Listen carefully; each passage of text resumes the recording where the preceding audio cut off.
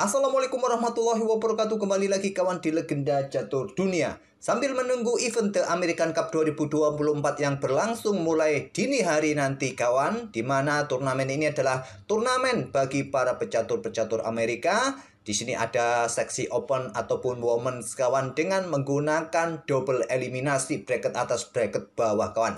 Lebih jelasnya besok kita akan ulas kawan, dan akan saya jelaskan sedikit detail turnamen ini. Tapi sambil menunggu turnamen ini kawan, seperti tadi kita akan melanjutkan permainan Magnus Carlsen kawan di Title Tuesday, khususnya di sesi akhir kawan. Di sesi akhir Magnus Carlsen ini menempati posisi kelima kawan, sedangkan di sesi awalnya kemarin kita lihat posisi Magnus Carlsen berada di posisi ke-21. Jauh lebih baik kawan, di sesi kedua Magnus Carlsen menempati posisi kelima. Walaupun juga sempat mengalami kekalahan atas Jan-Christoph Duda kawan, Magnus Carlsen kalah oleh Jan-Christoph Duda pada game ke-8. Kita tidak ulas game ini kawan, ada game yang cukup menarik pada game terakhir menghadapi Mateusz Blupong, seperti permainan di warung kopi nantinya dalam permainan endgame-nya kawan. Seperti kita main di warung kopi melawan kawan-kawan di warung kopi ataupun melawan Pak RT di kampung kalian kawan. Gamenya nanti seperti itu, cukup menarik dan cukup menghibur kawan. Nah, di sini Magnus pegang hitam, Mateusz Blupong pegang putih, mengawali dengan pion D4. Magnus bermain dengan pion G6 kawan, kemudian pion C4, gajah G7, diikuti dengan pion E4. Kita temui pembukaan King's Indian Defense dari Magnus Carlsen, kuda C3, kemudian di sini ditantang langsung dengan pion C5 oleh Magnus. Tantangan ditolak seperti biasa kawan. Tutup permainan di peta pusat dengan dorong pion D5. Nah, beberapa opsi yang wajar bagi hitam melanjutkan pengembangan kuda ke F6 di sini kawan, ataupun juga ada yang memainkan pion E6 untuk menantang pertukaran pion pusat, atau juga pertukaran gajah sikat kuda C3. Inilah yang dipilih oleh Magnus, menukarkan gajah Viacentonya sikat kuda C3.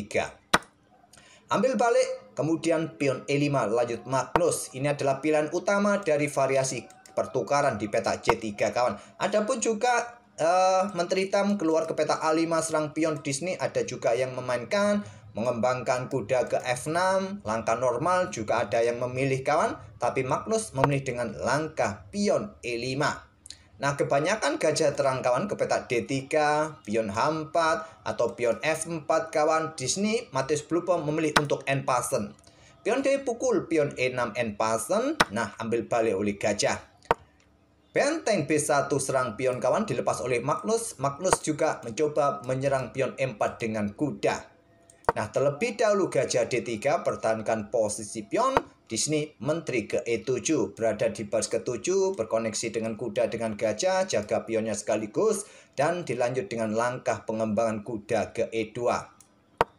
Kalau di database kawan, menteri ke E7 ini merupakan langkah baru kawan. Ada dua game sebelumnya memainkan kuda B berkembang ke peta D7, tapi Magnus memilih mempertahankan pion. Selanjutnya putih melanjutkan dengan langkah kuda ke E2. Kuda C6 lanjut Magnus, kemudian putih rokade. Magnus melangkah kudanya kembali, coba ancam gajah, kuda bergerak ke E5. Kuda F4 dilepas kawan gajah. Memang posisi gajah ini kurang bagus juga. Diagonal-diagonalnya terblokade oleh pionnya sendiri, jadi tak ada masalah. Kalaupun terjadi pertukaran di sini kawan, ya masih cukup menguntungkan bagi putih melepaskan perwira yang jelek. Apa salahnya kawan? Tapi di sini Magnus memilih dengan pion B6 untuk menghindari serangan dari benteng di lajur B, perkuat rantai pion kawan. Nah, di sini kuda D5 ancam menteri menantang pertukaran dengan kuda atau dengan gajah di sini. Kuda pukul kuda D5 pilihan Magnus. Ambil balik menggunakan pion C agar tidak bertumpuk pion di lajur C kawan, serang gajah. Gajah mundur ke D7, balasan Magnus di sini gajah tarik mundur ke C2. Sekarang dipertahankan gajah terang kawan dari ancaman kuda. Berikutnya pion ini mungkin siap didorong untuk ganggu kuda untuk membuka lajur F. Nah, dihadang dengan pion G5 oleh Magnus. Pilihan terkuat ataupun rokade kawan. Kalau rokade ya kemungkinan akan dijawab dengan langkah pion F4. Oleh karena itu Carlsen coba hadang. Walaupun terlihat di sini ada taktik seperti ini kawan, tapi tidak terjadi di game ini. Saya hanya tunjukkan saja dengan jalur seperti ini kawan. Magnus akan mempunyai lajur G. Itulah kawan langkah provokasi dari Magnus dengan pion G5 agar terbuka lajur G. Tapi tidak diambil, memilih dengan pion A4, dan di sini pion didorong saja untuk mendapatkan ruang pilihan terbaik menurut engine kawan.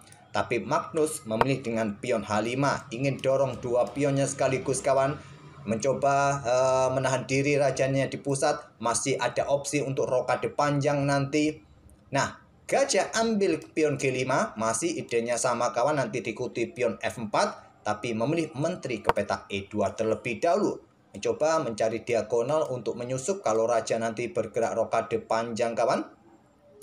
Nah, di sini pion H4 lanjut Magnus, pion F4, pion pukul, ambil balik oleh gajah. Magnus mempunyai lajur G kawan, tapi Stockfish menyarankan dorong pion terlebih dahulu. Setelah pion G3 bisa berlanjut dengan pion F6.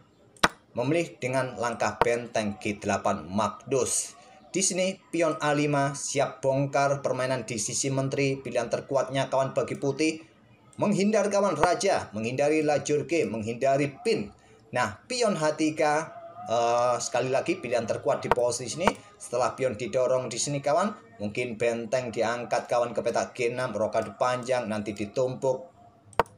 Memilih dengan langkah benteng G6 terlebih dahulu. Dan benteng F2 pilihan terkuat menurut engine kawan. Ataupun juga mungkin ingin membongkar dengan pion A5 kawan. Tapi kalau dengan pion A5 coba lihat di sini, Stockfish tidak menyukai walaupun di sini ada rekomendasi dari Stockfish. Memang aneh kawan, analisa dari Stockfish di chess.com terutama di Title Tuesday kadang tidak sesuai dengan tanda yang nampak di papan dengan rekomendasi yang ada di sisi kanan papan yang saya tidak tunjukkan kawan. Kalau kalian bermain di laptop ataupun komputer pasti bisa melihat evaluasi engine ataupun rekomendasi engine di sebelah kanan papan. Ini agak berbeda juga dengan tampilan yang ada di papan kawan. Tapi salah satu pilihan dari Stockfish juga dengan pion A5. Magnus menutup permainan di sisi menteri dengan pion B5.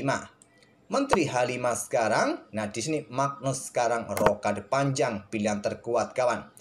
Baru sekarang gajah sikat kuda E5, ambil balik oleh pion, kemudian di sini pion dikorbankan. Gantinya nanti harapannya mendapatkan pion F7 kawan. Nah, kalau benteng yang ambil pion ini juga jatuh kawan, coba lihat ini malah juga membahayakan bagi menteri ke depan. Magnus mengambilnya dengan menteri. Dan benteng bisa meluncur ambil pion yang di sini. Nanti mungkin diikuti dengan pion H3. Memilih dengan langkah benteng BD1 serang menteri. Kira-kira jawaban yang bagus bagi hitam seperti apa kawan? Kalau menteri ini menghindar, kemungkinan benteng akan diangkat nanti ke baris kelima. Magnus memilih dengan gajah G4. Saling ancam perwira masing-masing atau menteri masing-masing. Benteng putih sikat menteri D6. Gajah ambil menteri putih H5. Benteng bergerak mundur ke D5. Benteng pukul benteng ambil balik oleh pion. Di sini ada benteng A6. Lanjut Magnus. Magnus dalam posisi kemenangan, unggul satu pion. Dan pion ini sangat lemah kawan. Tapi tetap dipertahankan oleh Matheus Bulbom dengan benteng A1. Raja mulai beraktivitas, naik kawan ke petak D7. Sekarang pion C4. Ada gajah E2.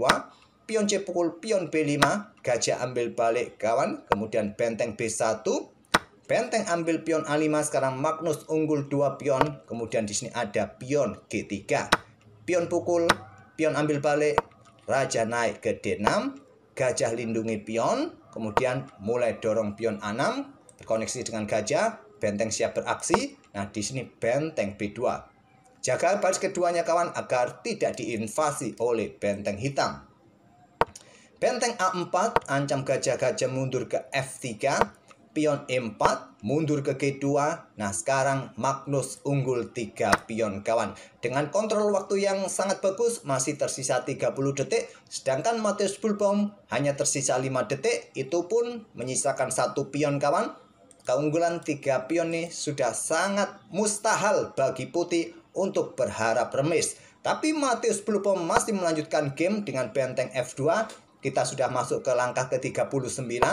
Raja hitam bergeser ke E6 lindungi pionnya. Ada benteng F4. Pion dorong kawan. Benteng F3. Benteng A1 skak terlebih dahulu. Raja naik ke H2. dorong lagi kawan. Satu langkah berikutnya bisa promosi, tapi ada benteng E3 skak. Masih berjuang Matheus Blue Bomb, tidak mau menyerah kawan. Walaupun sudah jelas benteng ini jatuh di langkah berikutnya, pion bisa promosi. Sikat, ambil balik. Inilah menariknya kawan. Mungkin saja bagi Matheus Blue Bomb ini adalah game terakhir ya, dia bermain sampai skak emat kawan. Habis sudah pion putih kawan, dan Magnus menukarkan benteng. Sekarang giliran pion-pionnya siap didorong. Nah, Matheus Blue Bomb seperti kalian, kalau belum kena skak emat, kalian masih bergerak kawan. Dan Magnus meluncurkan pionnya untuk segera promosi. Apakah pion ini juga akan dipromosikan menjadi 3 menteri nanti di atas papan? Nah, di sini kawan ternyata tidak. Magnus mencoba memberikan ancaman skak emat kawan.